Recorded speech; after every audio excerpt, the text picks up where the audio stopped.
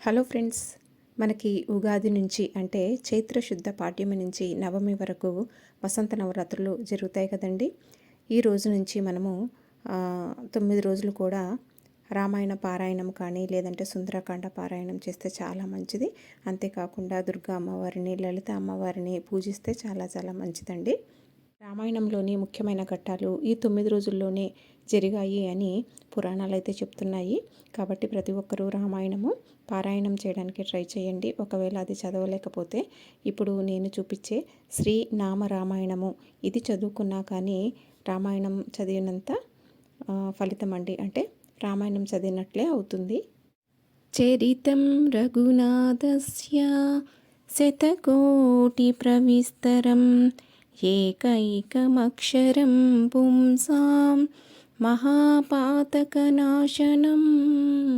శ్రీరామచంద్రుని చరిత్రము శతకోటి శ్లోకములలో గానము చేయబడింది. అందులోని ప్రతి అక్షరము మహామహా పాపరాశిని నశింపచేయును. మొత్తము రామాయణమును నామ రామాయణము అను పేరుతో సంక్షిప్తముగా గేయ రూపంలో గానము చేయడానికి వీలుగా ప్రచురింపబడినది. దీనిని భక్తి శ్రద్ధలతోటి పఠించుట వలన పూర్తి రామాయణమును పఠించిన ఫలము లభించును. నిత్యము పఠించుట వలన సమస్త పాపరాశి నశించిపోవును, చిత్తశుద్ధి కలుగును, మానవ జన్మ తరించి తీరును. ఈ నామ రామాయణంలో మొత్తము 7 కాండలు ఉన్నాయి. ఈ వీడియోలో 2 చూద్దాము, మిగతావి నెక్స్ట్ వీడియోలో చూద్దాము. శుద్ధ బ్రహ్మ పరాత్పర రామ, కాళాత్మక పరమేశ్వర రామ, శేషతల్ప సుఖ నిద్రిత రామ, బ్రహ్మాద్యమరా ప్రార్థిత రామ, చండకిరణ కుల మండన రామ, శ్రీమద్దశరథనందన రామ, కౌసల్యా సుఖవర్ధన రామ, విశ్వామిత్ర ప్రియదన రామ, ఘోరతాటకాఘాతక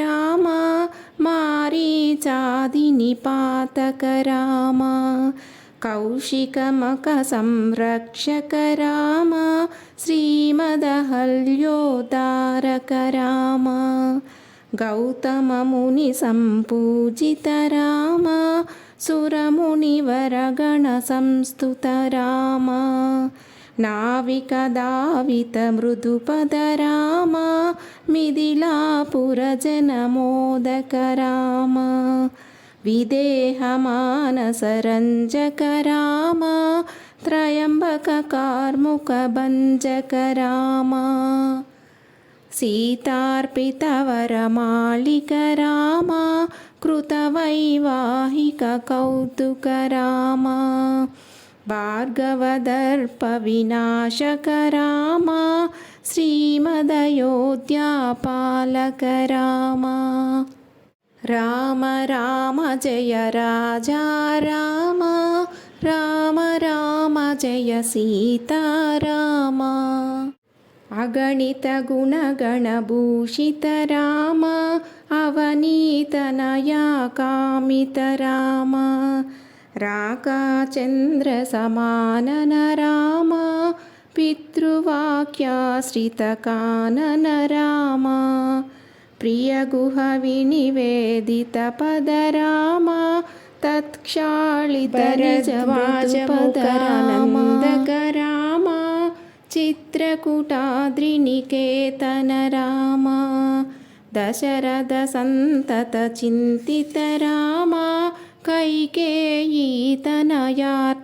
రామ, విరచిత నిజ పితృకర్మక రామ, భరతార్పిత నిజ పాదుక రామ, రామ రామ జయ రాజా రామ, రామ రామ జయ సీతారామ. ఈ వసంత నవరాత్రుల్లో శ్రీరామ రామ రామేతి అనే శ్లోకాన్ని రోజుకు పాడ్యమి నుంచి నవమి వరకు రోజుకు 12 సార్లు చదువుకుంటే చాలా మంచిదండి. 12 సార్లు అంటే ఒక్కసారి చదివితే 1000 సార్లు చదివినట్లు అవుతుంది. 12 సార్లు అంటే 12,000. ఈ విధంగా 9 రోజులు చదివితే 12,000 × 9 1,08,000 సార్లు అవుతుందండి. అంటే మనకు లక్ష రామనామ పారాయణం చేసినట్లవుతుంది. కాబట్టి ప్రతి ఒక్కరూ కూడా ప్రయత్నం చేయండి.